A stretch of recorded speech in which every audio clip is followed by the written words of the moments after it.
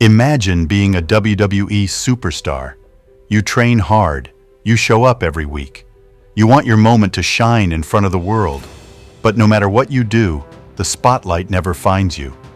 Meanwhile, someone else, who just got called up from NXT, is getting a main event match, pyro, theme songs, and all the attention. Sounds fair? That's the question shaking up WWE right now. Is Triple H ruining WWE by playing favorites?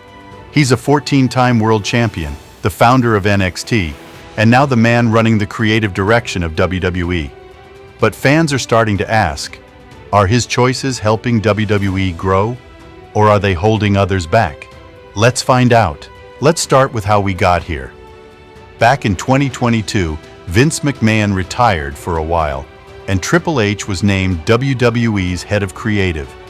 That meant he was now the one deciding storylines, matches, and who gets pushed to the top.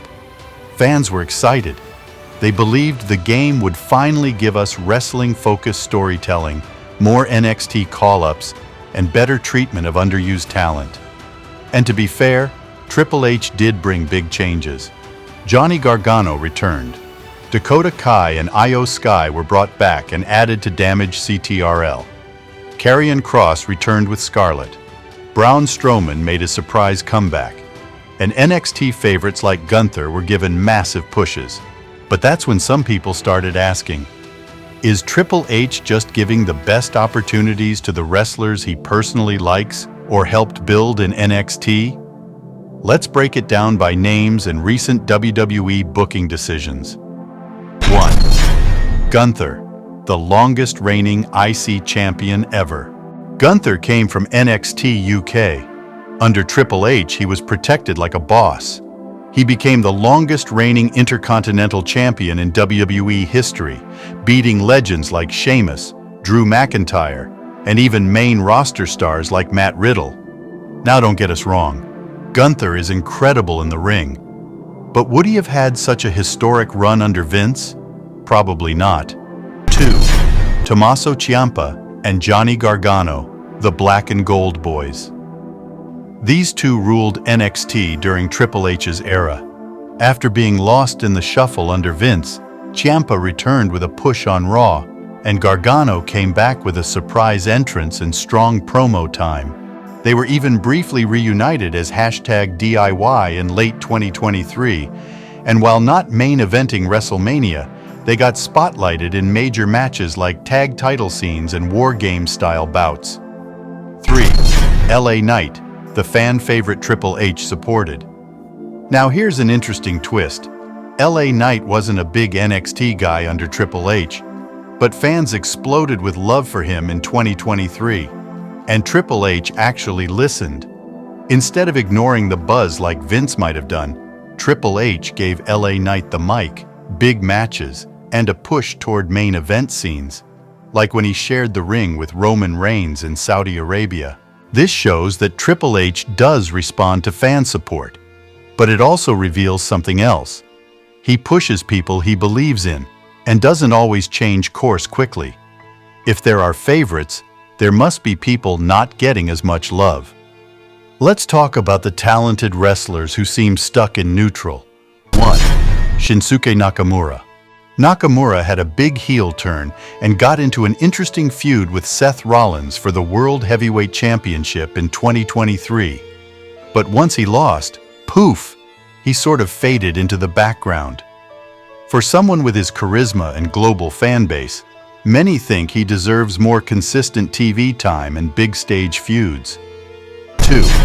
Ricochet. Ricochet is one of the most exciting athletes in WWE, but under Triple H, he's mostly been used to make others look good. Sure, he gets highlight moments like his Royal Rumble spots or MITB jumps, but he's not being built as a future champion. Why? Many believe Triple H doesn't see him as a top guy, despite fans loving his style. 3. Karrion Kross. Triple H brought Kross back with a bang in 2022, but after a few months, his character seemed directionless. Feuds with Rey Mysterio and AJ Styles didn't help him climb the ranks. Some fans think even though he's one of Triple H's favorites, the creative ideas just haven't worked out. Let's give some credit where it's due. Triple H has made big changes in the women's division, bringing in new faces and giving more TV time to wrestlers like Io Sky, who became WWE Women's Champion and leader of Damage CTRL. Rhea Ripley, who dominated 2023 and 2024 as the most unstoppable force on Raw. Tiffany Stratton, Lyra Valkyria, and Roxanne Perez, who are now being positioned as future stars from NXT. But even here, people wonder, why are veterans like Natalya, Tamina, or Dana Brooke barely seen? Are they just being phased out because they're not part of Triple H's vision? Wrestling forums and comment sections have been blazing with this debate. Some fans say, Triple H is making WWE better. He's giving wrestling-focused guys a chance. Others argue, he's just pushing his NXT kids and ignoring the rest. It's just another version of favoritism. Let's be fair, Triple H's job isn't easy. He has to balance Raw, SmackDown, and NXT. Plan long-term storylines, keep fans happy, keep bosses and business executives happy, and manage over 100+ wrestlers. Sometimes, pushing a certain talent isn't about favoritism. It's about timing, fan reactions, injuries, or chemistry with others on the roster. Also, it's important to note, Triple H does listen. When fans cheered LA Knight, he listened. When the Bloodline storyline got hot, he leaned into it. When fans wanted more women's wrestling, he delivered longer matches and main event slots. So maybe it's not about favorites. Maybe it's about finding the right person at the right time. So, is Triple H ruining WWE by playing favorites? Not exactly. Yes, he clearly trusts certain superstars more than others. Yes, NXT alums have gotten more chances under his leadership. And yes, some big names have been underused. That's fair criticism.